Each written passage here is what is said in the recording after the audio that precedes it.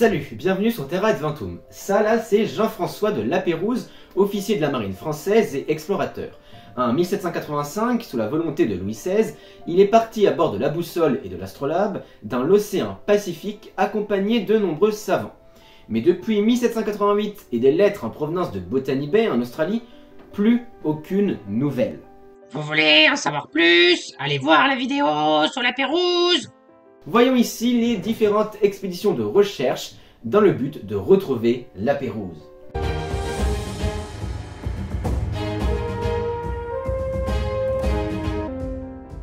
Reprenons, de janvier à mars 1788, La Pérouse est à Botany Bay, dans l'actuelle baie de Sydney en Australie.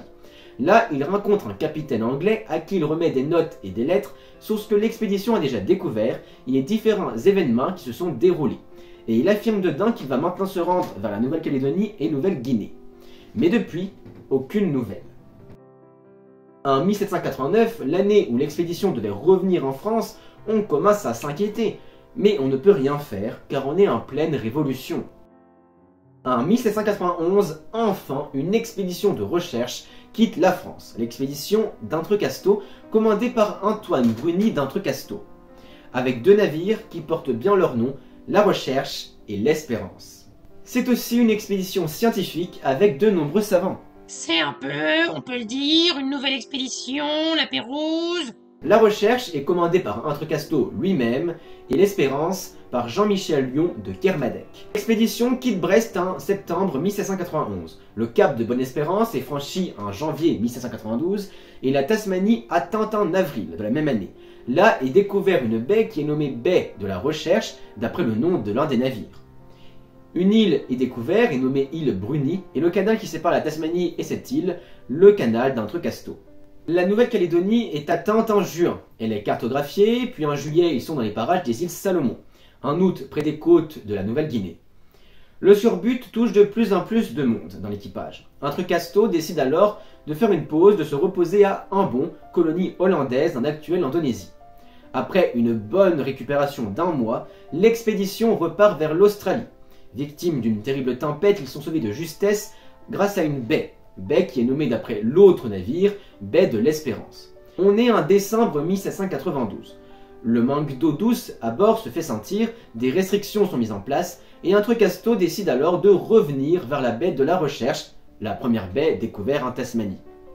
Ils y sont en janvier 1793 et ravitaillés, ils continuent leur voyage. Ils longent les côtes de la Nouvelle-Zélande en mars et plusieurs îles sont découvertes et nommées les îles Kermadec en hommage au capitaine de l'Espérance.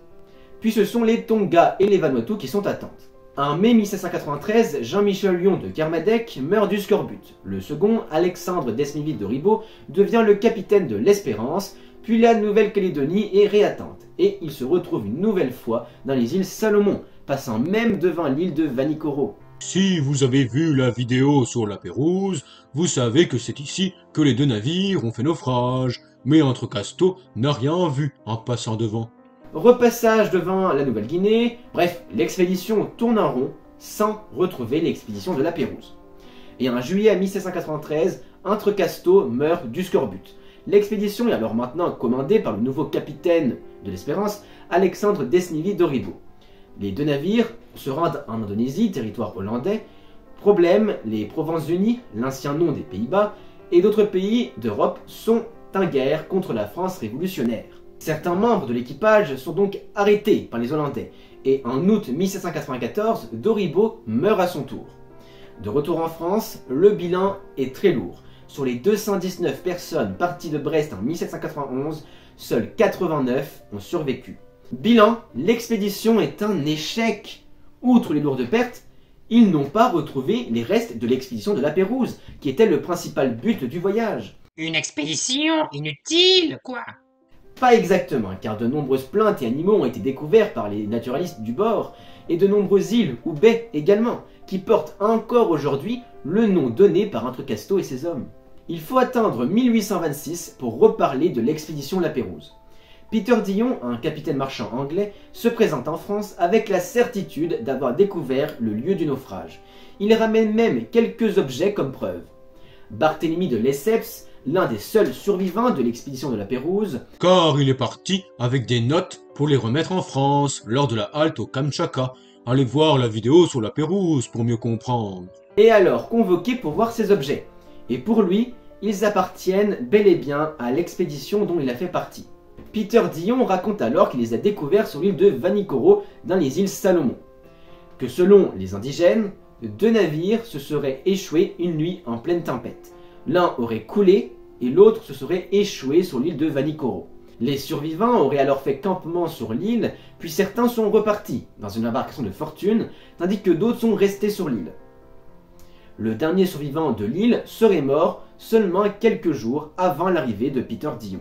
Ce qui veut dire que si les indigènes et Peter Dillon disent vrai, Entrecasteaux aurait pu en retrouver certains puisqu'il est passé au large de Vanikoro. Cependant, on le sait, ce n'est pas le cas. Au même moment, Jules Dumont d'Urville, à bord d'un navire nommé l'Astrolabe, est chargé d'explorer l'Océanie. Mais avec un second but, retrouver les restes de l'expédition de la Pérouse. C'est lors d'une halte en Tasmanie que Dumont d'Urville apprend les découvertes de Peter Dillon. Il se rend alors à Vanikoro et effectivement, les restes de l'Astrolabe, L'astrolabe de la Pérouse, pas l'astrolabe de Dumont d'Urville, sont retrouvés et de nombreux objets rapportés en France. La boussole sera elle retrouvée dans les années 1960 par des grosses campagnes de recherche. De nombreux objets des 2 navires sont aussi remontés des flots ainsi que des restes humains et même des traces de campement sur l'île. Pour conclure, oui, on sait maintenant à peu près ce qui est arrivé à l'expédition de la Pérouse. Mais sans doute jamais on ne saura combien de personnes ont survécu au naufrage, combien de temps, si certains sont partis avec une embarcation de fortune. Que sont-ils devenus? Ont-ils pu atteindre d'autres îles? Peut-être même revenir en France sans qu'on le sache? Et la Pérouse dans tout ça? Est-ce qu'il est mort sur le coup ou c'est l'un des survivants? Nul ne le sait. Merci pour le visionnage de cette vidéo, j'espère qu'elle vous aura plu. Si c'est le cas, n'oublie pas de l'aimer, de la partager et surtout abonne-toi. A la prochaine sur Terra Adventum.